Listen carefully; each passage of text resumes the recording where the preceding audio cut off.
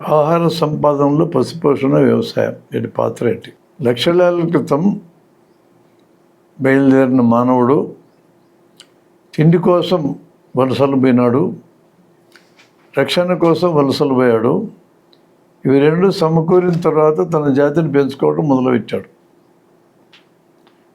మొదట్లో చెట్ల నుంచి కాయలు రాలితే రాలిన వాటిని తిన్నారు. పైకి కనపడే ఏ వృక్షంలోంచి అయినా సరే తినడానికి పనికిచ్చాడు, తినుకుంటూ గడిపాడు. తర్వాత కాయలను కిందకి రాల్చుకొని తినడం నేర్చుకున్నాడు. ఆ తర్వాత ఇతరులు జంతువులను కూడా చంపి తినొచ్చని తెలుసుకున్నాడు. పచ్చి మాంసమే తిన్నాడు చాలా కాలం, జంతువులు తిన్నట్టే. పురుగులు సింహాలు ఎట్టు తింటే అట్టే తను కూడా తినొచ్చని నేర్చుకున్నట్టు తిన్నాడు.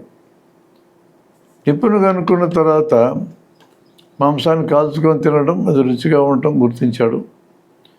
ఇట్లా ఈ క్రమంలో ఒక జంతువు మీద బాణమేసి చంపితే చచ్చిపోయిన దాన్ని ఆ రోజు తినేసినారు. మరో జంతువుకు బాణం తగిలింది, అది పరిగెత్తలేకుండా దాన్ని పట్టుకొని వచ్చాడు. తెల్లారేటప్పటికి దాని పక్కన ఇంక 2 పిల్లలు ఉన్నాయి. అంటే అప్పటికే అది ప్రెగ్నెంట్ అన్నమాట, గర్భిణీతో ఉన్నది.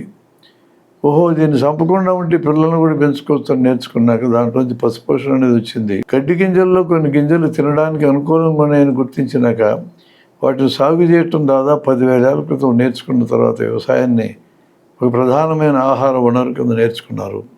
పశుపోషణ రాలిపడిన కాయల్ని, భూమిలో ఉన్న దుంపల్ని తీసుకునే స్థాయి కంటే పశుపోషణ మరింత భద్రత కలిగింది.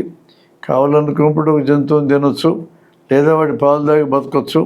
అట్లా జంతువులు గుంపులు పెంచుకుంటే ఆహార భద్రత ఉంటుందని గుర్తించాడు.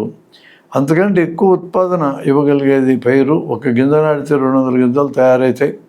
జంతువులైతే ఒక జంతువు ఒక 5 నెలలు 6 నెలలు అయిన తర్వాత మరో జంతువులను, ఇంక 2 జంతువులను కంటది. అది గింజలు అట్లా కాదు, ఇది 5-6 నెలల్లో ఒక గింజ 200 గింజలు అవుతాయి.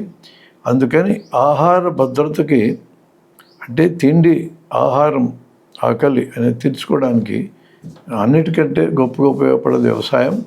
అట్లా వ్యవసాయాన్ని, పశుపోషణని తన జీవితాన్ని సజావుగా నడుపుకోవడానికి సాధనాల కింద మనిషి ఉపయోగించుకున్నాడు.